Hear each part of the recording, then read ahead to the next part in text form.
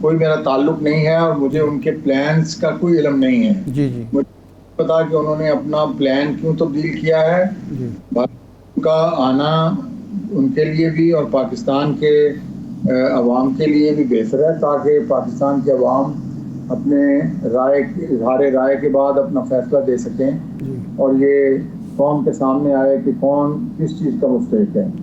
باقی رہا یہ کہ وہ ایک عدالت سے جو ضمانت لے کر گئے تھے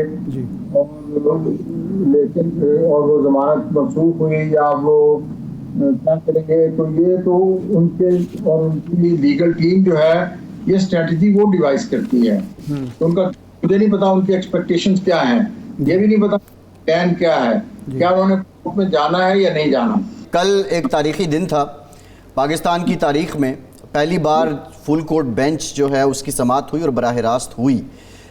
لائن آف ایکشن آپ کو کیا نظر آ رہا ہے؟ عدالتی فعالیت کا اس سے پہلے ایک بہت سلسلہ رہا ہے پاکستان کے اندر اور بالخصوص جو سیاسی معاملات ہیں.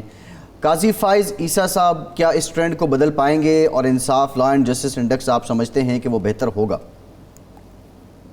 دیکھیے اب آپ نے سوال کیا جو اس کا میں بڑی خوشی سے آپ کو جواب دوں گا اور جس کے لیے میں ایک ریلیونٹ جو ہے پرسن ہوں, اس لیے کہ میں پچھلے 50 سال میں پاکستان کی عدالتوں میں جو کچھ ہو رہا ہے میں اس کا عینی شاہد ہوں. اور قاضی فائز عیسیٰ صاحب نے جو پہلے ہی دن اپنا جو قدم اٹھایا ہے وہ یہ منصوبے کی پیشین گوئی کر رہا ہے کہ ان کا کیا ارادہ ہے. وہ چاہتے ہیں ایک اوپن ٹرانسپیرنٹ اور ایک ایسی عدالت جس کے اوپر عوام کا اعتماد ہو. صحیح. چیف جسٹس صاحب نے جو پہلے اپنا اوتھ لینے کے بعد جو یہ ایک بینچ تشکیل دے دیا وہ یہ دیا کہ جو supreme court practice and procedure act تھا کہ سیکشن 3 اور 5 کا یہ تقاضا تھا کہ چیف جسٹس اپنے 2 سینئر موسٹ ججز سے مشورہ کر کے بینچ کانسٹیٹیوٹ کریں گے, کیونکہ وہ بینچ کانسٹیٹیوٹ نہیں کر سکتے تھے اس لیے کہ ابھی وہ اوتھ لے کے فارغ ہوئے تھے. اس سے سوال کیا اور انہوں نے پہلا آرڈر اپنا یہ کیا کہ فل کورٹ میٹنگ ہو, اس کے بعد سپریم کورٹ کا bench supreme court as a whole ایک بینچ کی حیثیت سے بیٹھے اور مقدمے کی سماعت, کیونکہ ان کی رائے میں وہ قانون کے تحت کام کرنے کا تھا اور قانون تو ہے وہ اگرچہ اسٹے دیا ہے لیکن ایک اسمالر بینچ نے دیا ہے جہاں کے جو لارجر بینچز کے فیصلے سے ملتے ہیں. تو قاضی نے فل بینچ کانسٹیٹیوٹ کیا. اس کے بعد دیکھیے اگرچہ وہ مقدمے کی سماعت کنکلوڈ نہیں ہوئی لیکن انہوں نے supreme court practice and procedure کی ایکٹ کی سول اینڈ اسپرٹ کو فالو کرتے ہوئے انہوں نے اپنے دائیں اور بائیں بیٹھے ہوئے جو 2 سینئر ججز تھے جن سے رائے دی, جاز الحسن صاحب سے اور سردار طارق مسعود صاحب, جسٹس طارق مسعود, سردار جسٹس جاز الحسن صاحب, ان سے مشورہ کرنے کے بعد انہوں نے یہ کہا کہ ہم یہ کیس سنیں گے کیونکہ کل اگر فرض 3 اکتوبر کو عدالت اس نتیجے میں پہنچتی ہے کہ یہ قانون ویلڈ ہے تو کل کی تاریخ سے 18 ستمبر سے 3 اکتوبر تک کے دوران میں جو مقدموں کا فیصلہ ہو تو اس پہ کوئی انہوں نے جو قانون کی سول اینڈ اسپرٹ کو فالو کیا اور جو اس کو بھی انہوں نے کوئی اس کو سیٹسفائی کرنے کے لیے ہولڈنگ ان ابیئنس کے لیے کوئی اقدام نہیں کیا. جو 2 باتیں ظاہر کرتا ہے determination of Qazi Faiz Issa to forge unity in the Supreme Court and not to encourage split in the Supreme Court. چاہتے ہیں سپریم کورٹ ایک وائس کی حیثیت سے ہم مقرر ہوئے ہیں لوگوں کے مسائل کے لیے. ہم اپنی جو ایکٹیویزم ہے یا جو فعالیت جس کا نام آپ نے ترجمہ کیا تو ہم عدالتی فعالیت کے لیے ہمیں کوئی نہیں کرتا. ہم تو 57,000 کا ایک لائبلٹی ہے ہمارے اوپر پاکستان کے عوام کی, ہم پہلے اس کو سالو کرنے کی کوشش کریں. اگر آپ نے اس مقدمے کی میٹنگ دیکھی ہیں تو آپ نے عزت مآب چیف جسٹس صاحب کا یہ ریمارک ضرور سنا ہوگا کہ ہم ایسے فیصلوں کے پابند نہیں ہیں جنہوں نے پاکستان میں مارشل لا کے نفاذ کو جائز قرار دیا, پاکستان ایکسٹرا کانسٹیٹیوشنل ڈیلیشنز کو جائز قرار دیا, یا پاکستان میں سکو موٹو کے نام پر پاکستان کو $6.8 بلین کے ڈیمیجز ادا کرنے کا فیصلہ دیا.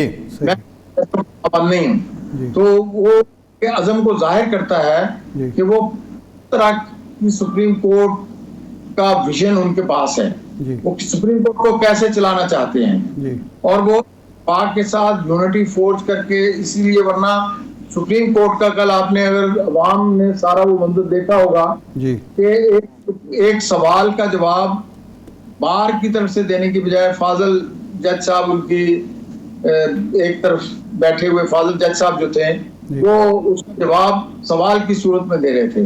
اس جو بظاہر اختلاف رائے کے باوجود انہوں نے اپنی جو ہے حوصلے مندی کے ساتھ انہوں نے کہا he did become disagreeable, he respected disagreement of any member of the bench or with the views of the bar. تو اس لیے وہ یہ ظاہر کرتا ہے کہ وہ کس طرح کی سپریم کورٹ چاہتے ہیں, کیسے سپریم کورٹ کو چلانا چاہتے ہیں. اچھا نمبر 1, شیخ صاحب وہ جو اولڈ کیسز ہیں ان کو ختم کرنا چاہتے ہیں. بات سوال کا پہلے سوال کر لیں آپ. جی اچھا, قطع کلام معاف, میں عرض یہ کر رہا تھا کہ ماضی کا جو تجربہ ہے جس کا ذکر ہوا جوڈیشل ایکٹیویزم کا, آپ اس وقت جب آغاز ہوتا ہے ہم سجاد علی شاہ صاحب سے لیتے ہیں, اس وقت سپریم کورٹ بار کے آپ صدر تھے, پھر افتخار چودھری صاحب کا دور آتا ہے, پھر گلزار صاحب کا اور ثاقب نثار صاحب کا دور آتا ہے. آپ ایک قانون دان کی حیثیت سمجھتے ہیں کہ یہ جو ایکٹیویزم ہمارا تھا اس سے بحیثیت مجموعی عدلیہ مضبوط ہوئی ہے, کمزور ہوئی ہے, عوام کو فائدہ ہوا ہے, نقصان ہوا ہے؟ دیکھیے, میں سمجھتا ہوں کہ آج تک جتنا ایکٹیویزم ہوا ہے اس میں شہلا ضیاء کے مقدمے میں جو درشن مسیح کے بعد 2 یہ مقدمے درشن مسیح اور شہلا ضیاء کے 2 مقدمے ہیں جن میں سکو موٹو جورسڈکشن یا آرٹیکل 184(3) کا استعمال ہے. اس کے علاوہ مقدمات میں آرٹیکل 184(3) عزت مآب جسٹس ثاقب نثار صاحب نے بھی جو ہے وہ پاپولزم, جوڈیشل پاپولزم اور اپنی مقبولیت جو ہے وہ حاصل کرنے کے لیے بہتر فیصلے کیے ہیں. اور یہ جو میرے بہت ہی, میں نے لیے امریکہ تک جا کے ریسٹوریشن آف ججز اور restoration of judiciary, set judiciary, میں نے 14 نومبر کو واشنگٹن میں International Committee of American Bar Association کا رکن ہونے کی حیثیت سے I led that session along with President Peggy and Jeff Golden, section chairman of international committee.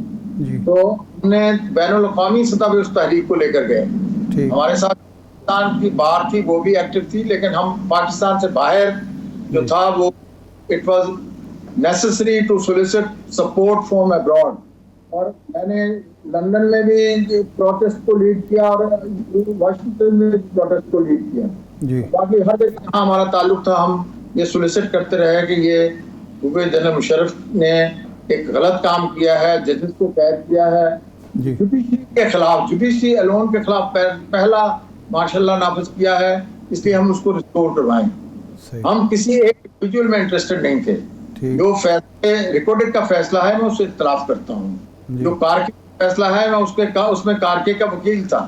اس لیے جوڈیشل ایکٹیویزم نے پاکستان کو بہت نقصان بھی پہنچایا ہے, اور غریب عوام کے حقوق کی جو ہے حقوق کی نفاذ کے لیے کم مقدمے ہیں اور ایسے نقصان پہنچانے والے زیادہ مقدمے ہیں.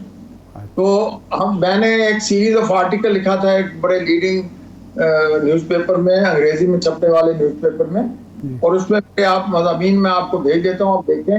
میں نے یہ مطالبہ کیا تھا کہ جوڈیشری بیٹھ کر اپنا کانٹور سیٹ کرے کہ کون سے مقدمے ہیں جن میں آرٹیکل 184(3) کی جورسڈکشن ایکسرسائز کرنی چاہیے اور جن میں نہیں کرنی چاہیے. جی اچھا, تو قاضی فائز عیسیٰ صاحب نے اس ڈٹرمینیشن کا اظہار کیا ہے کہ وہ یہ کرنے جا رہے ہیں. تو یہ